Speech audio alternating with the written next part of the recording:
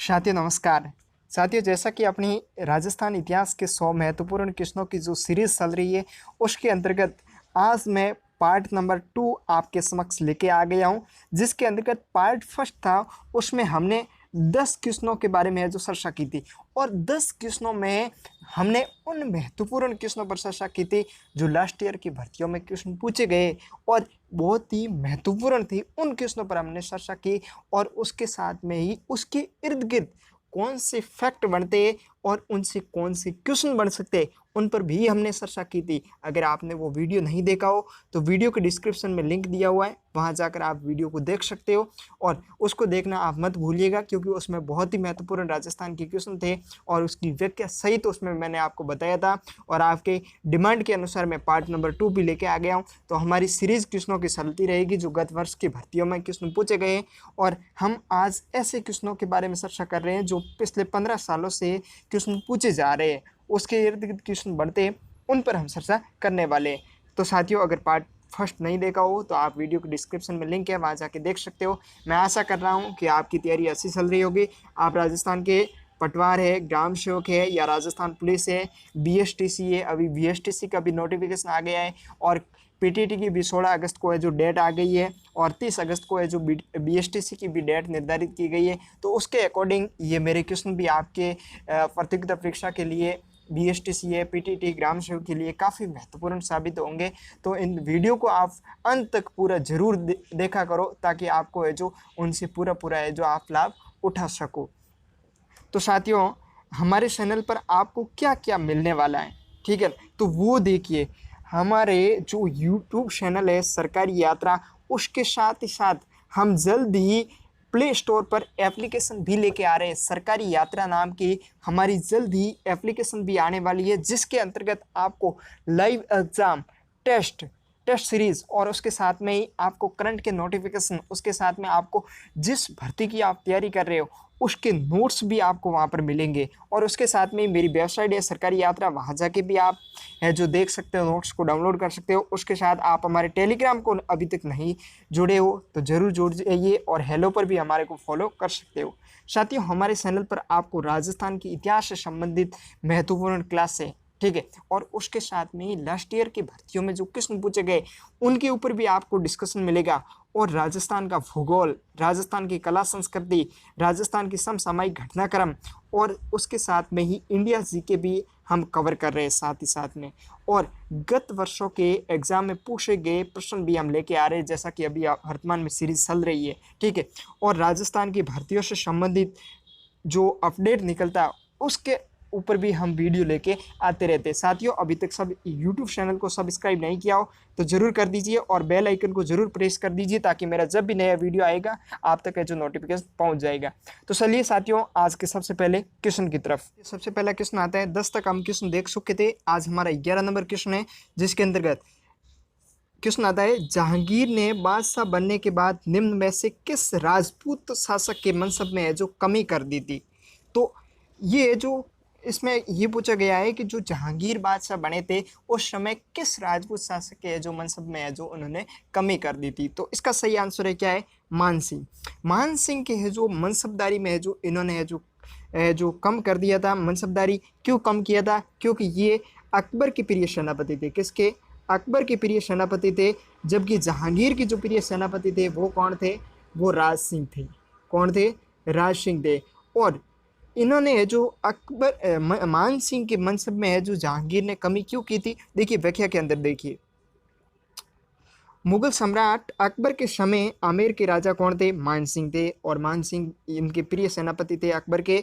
और सलीम जहांगीर के बार बार विद्रोह करने पर राजा मान सिंह ने अकबर को सलीम के पुत्र खुसरो को मुगल सम्राट बनाने की सलाह दी थी। देखिए, अकबर को है जो जहांगीर के स्थान पर, यानी कि जो जहांगीर का उपनाम है सलीम के नाम से जाना जाता है, फिर इनकी उपाधि है, ठीक है, तो इसीलिए मान सिंह ने अकबर से क्या कहा था कि आप जहांगीर के पुत्र खुसरो को है जो क्या कर दो, है जो शासक बना दो, ठीक है।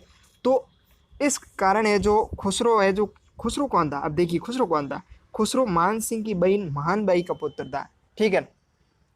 और जब सलीम जहांगीर के रूप में मुगल सम्राट बना 1905 में, जब अकबर की मृत्यु हुई थी तब वो जहांगीर बादशाह बने थे, तो उन्होंने क्या किया था, मान सिंह के मनसब में जो क्या कर दिया, कमी कर दी और उनको है जो बंगाल का है जो सूबेदार बना दिया, और फिर उसके बाद में जो बिहार का सूबेदार बना दिया।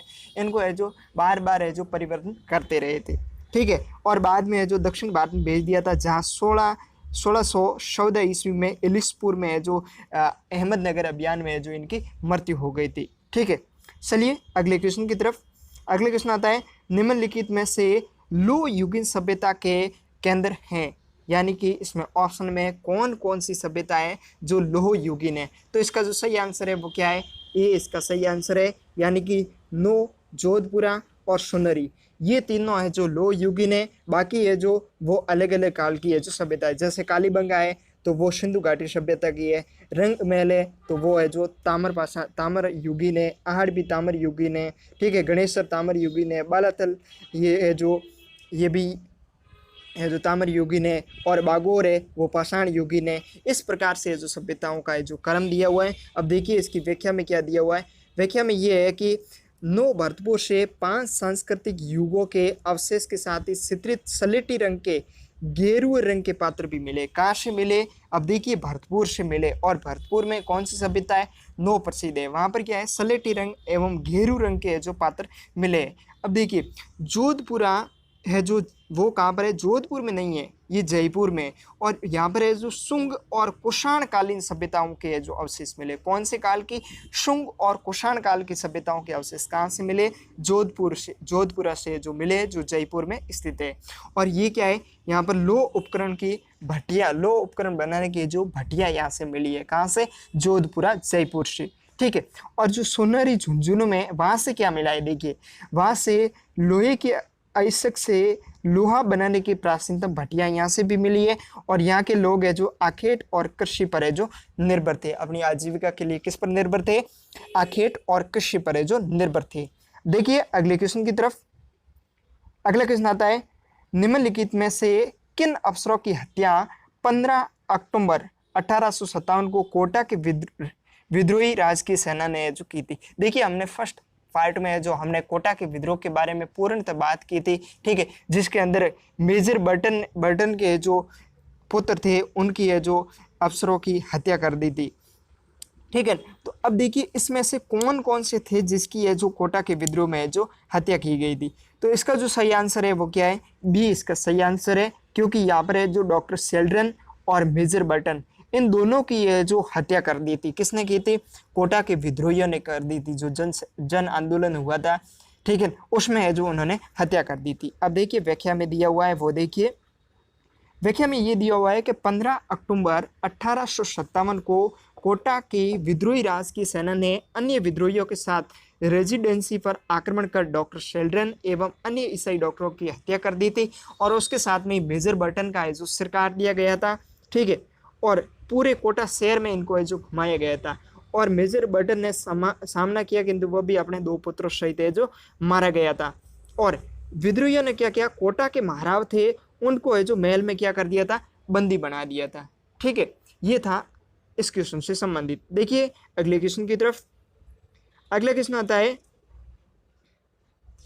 किस स्थान से अमर सिंह मुगल सेनापति रहीम की बेगम, यानी कि रहीम जो खाना था 1580 में जो अकबर के जो सेना का नेतृत्व कर रहा था और राणा प्रताप के अभियान में आया था, तो उनको ये जो ससम्मान है जो वापस लौटा दी थी। यानी कि क्वेश्चन ये कह रहा है कि जो अमर सिंह थे मुगल सेनापति, उन्होंने जो खाना थे रहीम, उनकी बेगमों को 1580 में लाए थे, लेकिन राणा प्रताप ने ससम्मान वापस लौटा दिया था। तो ये कहाँ से, किस स्थान से संबंधित है, ठीक है।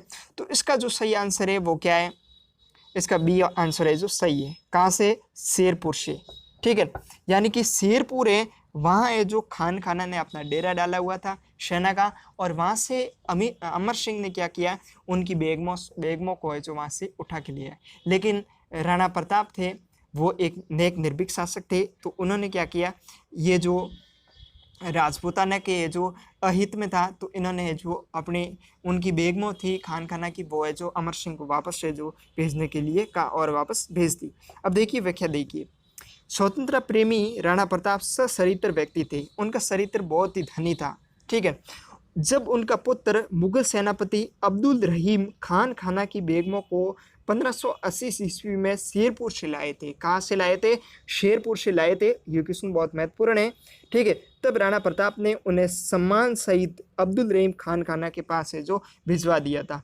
फिर है जो 1582 में राणा प्रताप और अमर सिंह ने दिवेर के युद्ध में मुगल नायक सल्लावत जो सुल्तान खां थे उनके बीच में है जो युद्ध हुआ था। कौन सा? दिवेर का युद्ध हुआ था, जिसको कर्नल टॉड ने क्या था कहा था? मेवाड़ का मैराथन कहा था। क्या कहा था? मेवाड़ का मैराथन कहा था। और जो ये दिवेर का युद्ध हुआ था उसमें अमर सिंह ने अपने भाले से इतना तेज वार किया था कि जो सुल्तान का थे वो घोड़े सहित जमीन के अंदर है जो धस गया था अमर सिंह का भाला। ठीक है। ये इस क्वेश्चन से महत्वपूर्ण फैक्ट बनते हैं। चलिए अगले क्वेश्चन की तरफ। अगला क्वेश्चन आता है मध्य पाषाणकालीन अवशेषों में राजस्थान में कहाँ से मिले, यानी राजस्थान में किस स्थान से जो मध्यकालीन पाषाण काल के जो अवशेष मिले। तो इसका जो सही आंसर है वो क्या है? सी इसका सही आंसर है बागोर, भीलवाड़ा और तिलवाड़ा बाड़मेर। इन दोनों स्थानों से जो मध्यकालीन पाषाण के अवशेष मिले। साथियों, राजस्थान में कादम्बली घाटी, ठीक है, और बूढ़ा पुष्कर, वहाँ से है जो क्या मिले? पूरा पाषाणकालीन अवशेष मिले। ठीक है, पूरा पाषाणकालीन अवशेष मिले।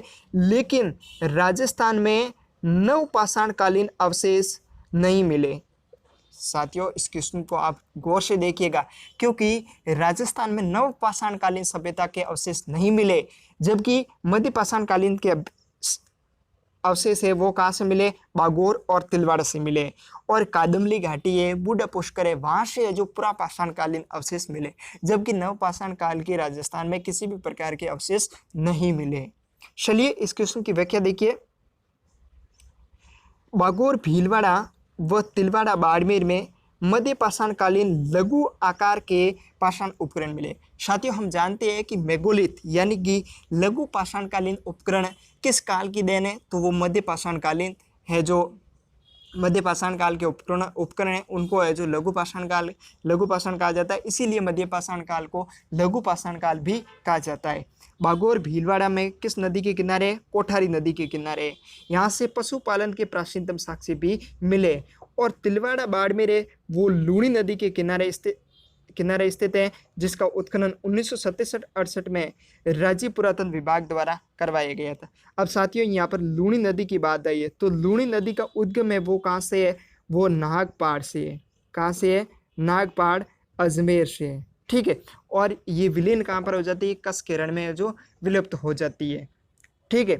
चलिए अगले क्वेश्चन की तरफ। अगला क्वेश्चन आता है आपको मैप के अंदर है जो दिया गया है। ठीक है। इसमें क्या पूछा गया है? इसमें ये पूछा गया है कि राजस्थान के मानचित्र में दर्शाए गए पुरातात्विक स्थलों को क्रम से जमाइए। ठीक है। अब देखिए, इनको है जो क्रम से जमाना है, तो देखिए सबसे पहले ऊपर 1 नंबर दिया हुआ है। ठीक है। तो यहाँ पर हम जानते हैं क्या है? हनुमानगढ़ है। ठीक है। और हनुमानगढ़ में कौन सी सभ्यता विकसित हुई थी? तो हनुमानगढ़ में हुई थी अपनी कालीबंगा। तो अब देखिए 1 नंबर किस में दिया हुआ? तो 1 नंबर सी और डी में दिया हुआ है, तो इन दोनों को अपन कट कर देते हैं। ठीक है। अब देखिए 2 नंबर क्या है? यहाँ पर शुरू शिखर आ रहा है। ठीक है। अब देखिए शुरू में तो कोई सभ्यता थी नहीं, तो कहाँ पर थी? शिखर में थी। शिखर में कौन सी थी? गणेशर सभ्यता। अब गणेशर सी और डी दोनों में दी हुई, तो इसको कट कर देते हैं। ठीक है। अब फिर आता है 3 नंबर क्या है? उदयपुर है। और उदयपुर में हम जानते हैं कौन कौन सी सभ्यता थी? एक तो आठ थी। ठीक है। और दूसरी कौन थी? बालाथल। कौन सी सभ्यता? बालाथल। ठीक है। इन 2 सभ्यताओं के लिए उदयपुर प्रसिद्ध है। तो अब देखिए यहाँ पर बालाथल का कोई जिक्र आया नहीं, यहाँ पर आहड़ आई है। ठीक है। तो अब देखिए यहाँ पर आहड़ उदयपुर आ गई। अब चौथा कौन सा है? यहाँ पर नो। और नो हमने पिछले क्वेश्चन में देखा था, नो कहाँ पर है? भरतपुर में। ठीक है। तो इसका सही आंसर क्या हो जाएगा? शी इसका सही आंसर हो जाएगा। ठीक है। अब देखिए इसकी व्याख्या क्या है। कालीबंगा सभ्यता हनुमानगढ़ जिले में सैंधव सभ्यता का प्रमुख स्थल है। यहाँ से जुते हुए खेत के प्रमाण है जो मिले हैं। ठीक है। और ये सभ्यता प्राक हड़प्पा भी है। ठीक है, यहाँ पर हड़प्पाकालीन और प्राक हड़प्पाकालीन दोनों काल के जो यहाँ के अवशेष है जो मिले। और गणेशर कैसी सभ्यता है, ताम्र युगीन संस्कृति है, इसको है जो ताम्र पाषाण कालीन संस्कृतियों की जननी भी कहा जाता है। और ये है कहाँ पर है, सीकर में है। और किस नदी के किनारे, कांतली नदी के किनारे। तो देखिए गणेशर सभ्यता है वो सीकर के कांतली नदी के किनारे है। और इस सभ्यता को ताम्र पाषाणकालीन संस्कृतियों की है जो जननी कहा जाता है। ठीक है, अब देखिए आड़ है वो कहाँ पर है, उदयपुर में। और किस नदी के किनारे, आयड़ नदी के किनारे जो स्थित है। और इसे ताम्रवती नगरी या फिर धूलकोट या फिर आगाटपुर आदि नामों से जो इनको जाना जाता है। साथ ही देखिए अब यहाँ पर नो का जिक्र वापस आया, नो भरतपुर। ठीक है, तो आप कमेंट करके बताइएगा कि नो कौन सी है जो काल की है जो सभ्यता है। ठीक है, यहाँ पर 5 संस्कृति युगों के अवशेष भी मिले हैं। चलिए अगले क्वेश्चन की तरफ। अगला क्वेश्चन आता है, जब मेवाड़ राणा उदय सिंह ने शेरशाह के पास चित्तौड़ के किले की चाबियां पहुंचा दी थी, तब शेरशाह ने किसे चित्तौड़ का गवर्नर नियुक्त किया था? तो ये किसको किया था? शम्स खां को है जो इन्होंने नियुक्त किया था। ठीक है, अब देखिए इसकी व्याख्या देखिए। गिरी सुमेल का युद्ध 1544 में हुआ था। उस समय मालदीव है जो हार गया था। तो शेरशाह ने है जो उसके बाद में चित्तौड़ पर आक्रमण करने के लिए अपनी सेना के सहित प्रस्थान किया था। तो फिर उदय सिंह ने क्या किया था, तात्कालिक परिस्थितियों को देखते हुए चित्तौड़ के किले की चाबियां है जो शेरशाह के पास भेज दी थी। और शेरशाह ने यहाँ पर है जो शम्स खां को चित्तौड़ का गवर्नर नियुक्त किया था। और जब 1545 में शेरशाह की कालिंजर के दुर्ग के अभियान में जब मृत्यु हो गई थी, तो उदय सिंह ने शम्स खां को भगाकर है जो चित्तौड़ पर वापस है जो अधिकार कर लिया था। चलिए अगले क्वेश्चन की तरफ। अगला क्वेश्चन आता है, निम्न में से किस चौहान शासक का शासनकाल चौहान साम्राज्य निर्माण का है जो काल कहा जाता है? ठीक है, तो इसका सही आंसर क्या है? अजय राज। अजय राज थे, उन्होंने है जो अजमेर की स्थापना की थी। किसकी स्थापना की थी? अजमेर की स्थापना की थी। और इन्होंने ही अजमेर में अजय मेरू दुर्ग का है जो निर्माण करवाया था। कौन से दुर्ग का? अजय मेरू दुर्ग का भी इन्होंने जो निर्माण करवाया था। अब देखिए इसकी व्याख्या देखिए।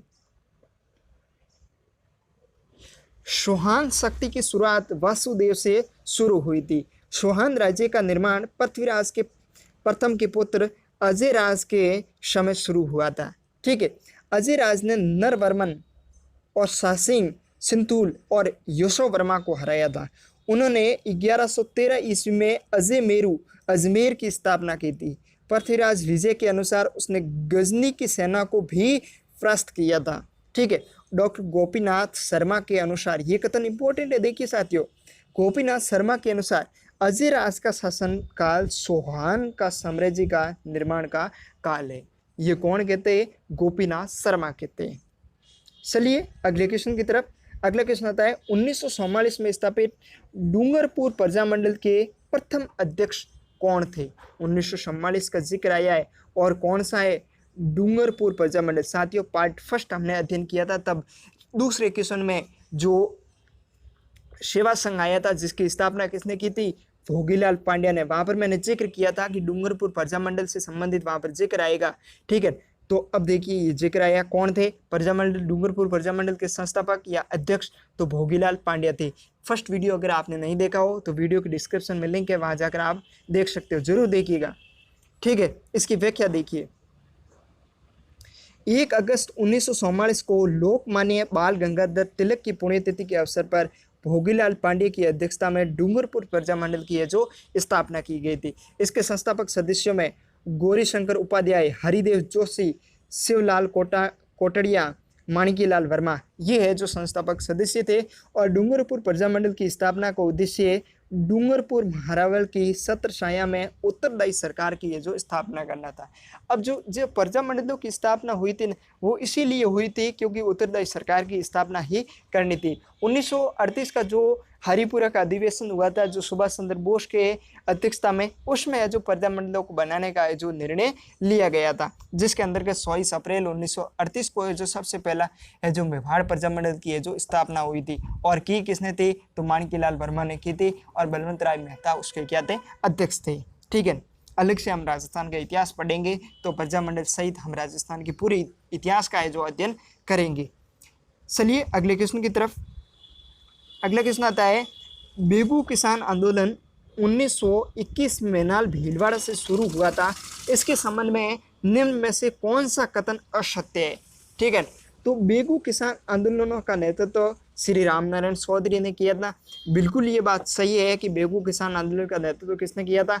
रामनारायण चौधरी ने किया था। और उस समय बेगू का ठाकुर कौन था? अनूप सिंह था। ये भी बात सही है।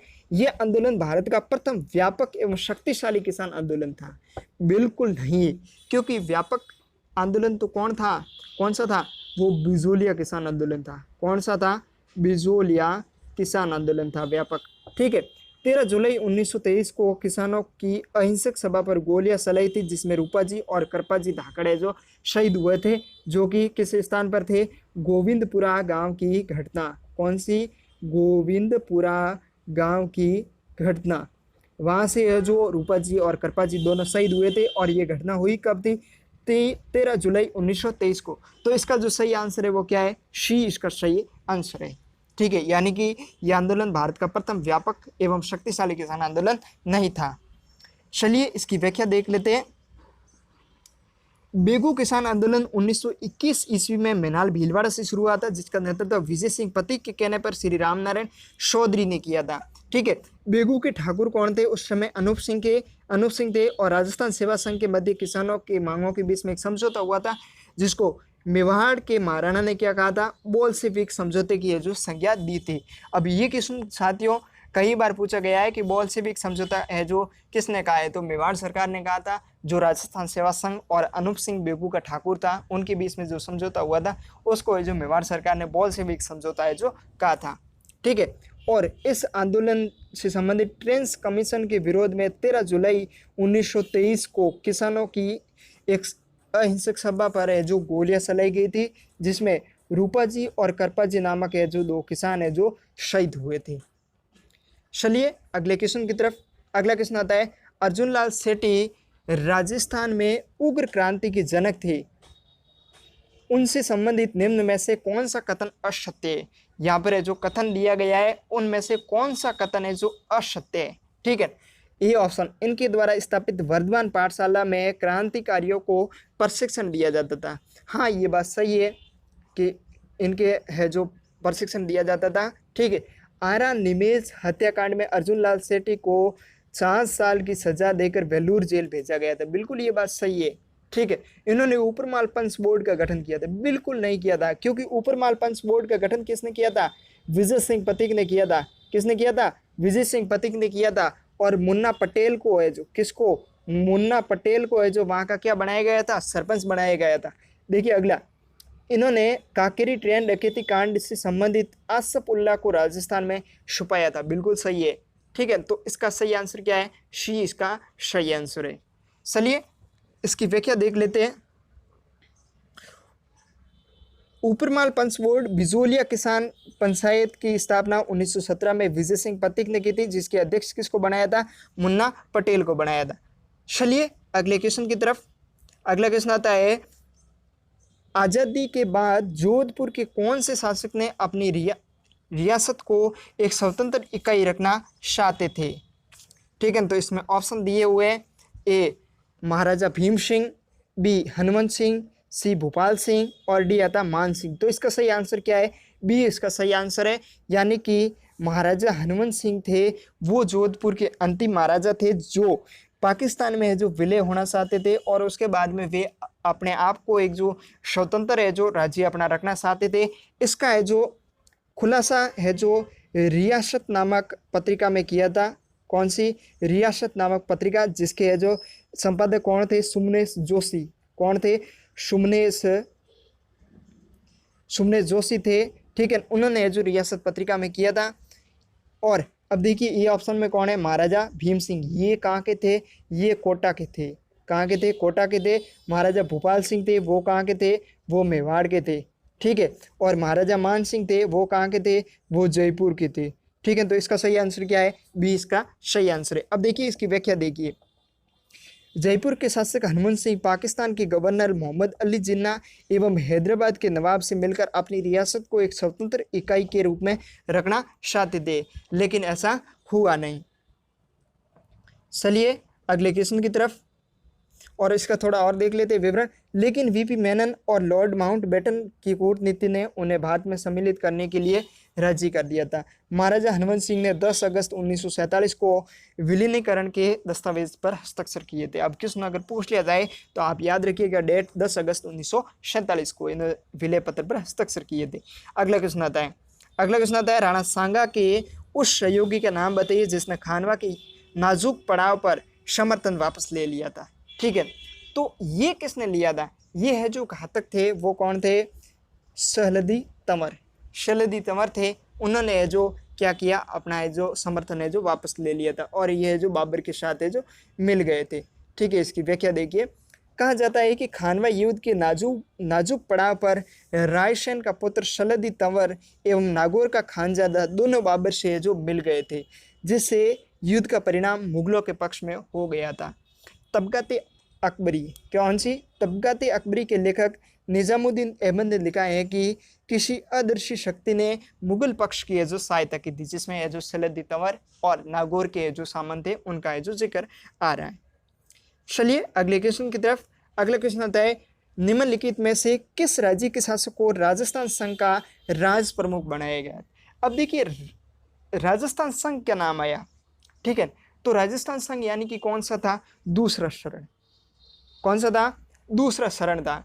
और ये जो दूसरा शरण था उसमें जो क्या किया था, 25 मार्च को ये जो हुआ था, 25 मार्च को दूसरा शरण हुआ था। ठीक है, और जो दूसरा शरण हुआ था उसमें जो किसको बनाया था? कोटा के महाराव कौन थे? भीम सिंह। कौन थे? भीम सिंह। भीम सिंह को जो क्या बनाया गया था? राजस्थान संघ का जो राज प्रमुख बनाया गया था। इसकी व्याख्या देखिए, व्याख्या इंपॉर्टेंट है। ठीक है, राजस्थान के एकीकरण के दूसरे चरण के रूप में 25 मार्च 1948 को जो अस्तित्व में आया था। कब आया था? 25 मार्च 1948 को अस्तित्व में आया था। इस संघ में 9 देशी रियासतें थी, जिसमें बांसवाड़ा, बूंदी, डूंगरपुर, झालावाड़, कोटा, प्रतापगढ़, टोंक, किशनगढ़, शाहपुरा और एक ठिकाना था, वो कौन था? कुशलगढ़ ठिकाना था। ठीक है, इस संघ के राज प्रमुख कोटा के महाराव भीम सिंह को जो बनाया गया था और प्रधानमंत्री गोकुल लाल असावा को जो बनाया गया था, जो कि कहाँ के थे? शाहपुरा भीलवाड़ा के थे। और राजधानी के रूप में कोटा का चयन किया गया और इस संघ के उपराज प्रमुख के रूप में बूंदी के बहादुर सिंह को जो बनाया गया था। ठीक है, देखिए अगले क्वेश्चन की तरफ। अगला क्वेश्चन आता है पृथ्वीराज तृतीय के पुत्र गोविंद राज ने रणथंभौर में 1994 इसमें सोहान वंश की नींव रखी थी। उसे रणथंभौर का क्षेत्र है जो किसने प्रदान किया था? तो ये साथियों प्रदान किया था, वो किसने प्रदान किया था? मोहम्मद गोरी का सेनापति था कुतुबिन ऐबक, इन्होंने जो प्रदान किया था। ठीक है, अब देखिए इसकी व्याख्या के बारे में। व्याख्या ये कि पृथ्वीराज तृतीय की मृत्यु के पश्चात मोहम्मद गोरी ने गोविंद राज को अजमेर दे दिया था। कौन सा दे दिया क्षेत्र? अजमेर दे दिया। लेकिन पृथ्वीराज के भाई हरिराज ने गोविंद राज को हटा दिया। फलतः गोरी के सेनापति कुतुबिन ऐबक ने हरिराज को हराकर पुनः गोविंद राज का सिंहासन किया था, लेकिन ये बार बार पुनरावृत्ति होती रहती थी। इस स्थिति को देखते हुए ऐबक ने जो रणथंभौर का क्षेत्र है गोविंद राज को दे दिया था, जहाँ पर जो 1194 इसमें सोहान वंश की जो गोविंद राज ने नींव रखी थी। ये क्वेश्चन साथियों पूछा गया है कई बार। ठीक है, और हरिराज बार बार मुस्लिम सेना से हार रहा था, अतः उसने जो आत्महत्या कर ली थी। ठीक है, अब देखिए गोविंद राज के बाद वलन देव रणथंभौर का शासक बना था और इस वंश का अंतिम जो प्रतापी शासक थे वो कौन थे? हमीर देव थे, जो एक हड्डी थे। अलाउद्दीन खिलजी ने जो आक्रमण किया था, ये 17 युद्ध लड़े थे, उसमें से 16 युद्ध पर विजय हुए थे। अंतिम युद्ध था उसमें जो वीरगति को प्राप्त हुए थे, जो कि 1301 को जो साका हुआ था राजस्थान का प्रथम साका रणथंभौर का, उसमें जो इनकी मृत्यु हो गई थी। तो साथियों ये थे अपने राजस्थान के जीके से संबंधित 100 महत्वपूर्ण क्वेश्चनों में से 25 महत्वपूर्ण क्वेश्चन। साथियों मेरे कहने का मतलब था 100 में से हमने 25 क्वेश्चन के अंतर्गत उन 100 क्वेश्चनों को भी सम्मानित कर दिया है जो इसके इर्द गिर्द बनते थे, उन सभी को हमने जो करने का प्रयास किया है। ठीक है साथियों, ये थे अपने आज के वीडियो से संबंधित क्वेश्चन। साथियों आप हमारे YouTube चैनल को ज़रूर सब्सक्राइब कर दीजिए। हम जल्दी एप्लीकेशन लेके आ रहे हैं तो इंतज़ार कीजिए, उसमें आपको धमाके के रूप में बहुत ही महत्वपूर्ण आपको है जो उसमें नोटिफिकेशन मिलेगा। तो साथियों निरंतर जुड़े रहिए हमारे साथ। हम मिलते हैं नेक्स्ट वीडियो में अगले और नए सेगमेंट के साथ। तब तक के लिए जय हिंद, वंदे मातरम।